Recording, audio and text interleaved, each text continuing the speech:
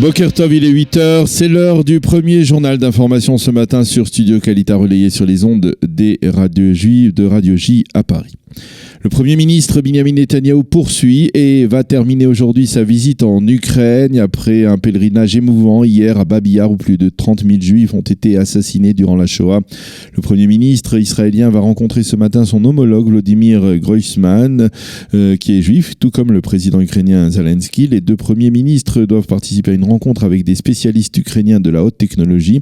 Par la suite, M. Netanyahou participera à une rencontre avec la communauté juive ukrainienne avant de rentrer dans l'après-midi en Israël.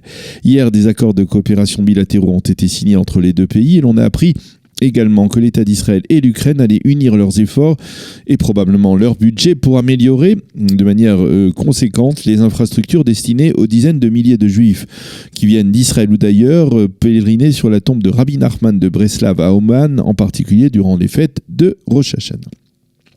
Au cours de son séjour hier, le Premier ministre Netanyahou a évoqué la situation sécuritaire autour de la bande de Gaza. Il a affirmé qu'il était en train de promouvoir, a-t-il dit, une opération militaire d'envergure à Gaza. Mais je ne cache pas, a-t-il précisé, que mon objectif est de tout faire pour maintenir le calme sur le front gazaoui. Le Premier ministre a également repoussé les accusations des dirigeants d'Israël Beiteinu, selon laquelle sa visite en Ukraine était avant tout une visite à caractère électoral destinée à séduire les anciens Olim de ce pays.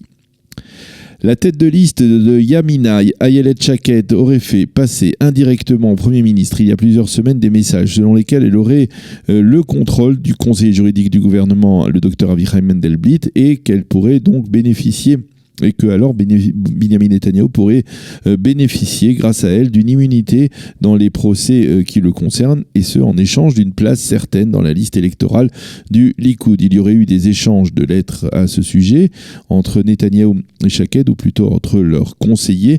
Un des émissaires aurait même dit: si Shaked ne contrôle plus le ministère de la Justice, alors il est évident que M. Netanyahou ira en prison. En réponse, Netanyahou ou son entourage aurait exigé donc une entière loyauté de la part de Ayelet Shaked. Finalement, l'affaire ne s'est pas concrétisée et Shaked est revenue au bloc sioniste religieux qu'elle dirige désormais dans le cadre de Yamina. Shaked a réagi à ces révélations en affirmant que les propos qui lui sont imputés ne sont pas d'elle et qu'elle a qualifié ces révélations de tentative de porter atteinte à son parti à l'aide de colportage de bas étage.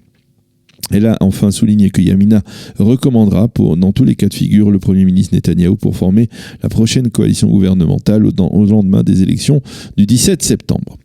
Le président américain Donald Trump a annoncé hier que le volet politique de son plan de paix au Proche-Orient ne sera pas présenté avant les élections du 17 septembre. Il est possible que nous publions certains extraits de ce volet avant la date des élections. Nous avons beaucoup de gens compétents qui œuvrent sur ce projet et j'avoue que la paix entre Israéliens et Palestiniens est probablement la chose la plus complexe à faire au monde, car il s'agit de décennies de haine entre les deux parties, a déclaré hier le président américain.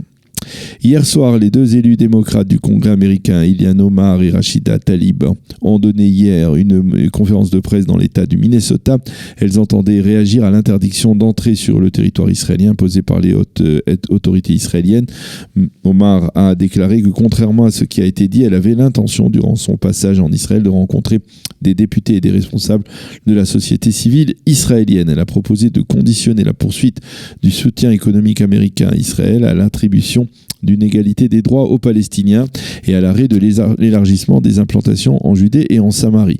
Quant à Rashida Tlaib, elle a expliqué qu'elle a repoussé la proposition du ministre de l'Intérieur Aryeh Deri de rendre visite à sa grand-mère qui vit dans les territoires en raison des restrictions imposées par les autorités israéliennes. Au bord des larmes, l'élu démocrate, qui est connu pour ses déclarations antisémites, a affirmé que sa grand-mère lui avait dit de ne pas venir et qu'elle était un oiseau libre, qu'elle n'avait donc pas besoin de revenir dans sa cage. Fin de citation.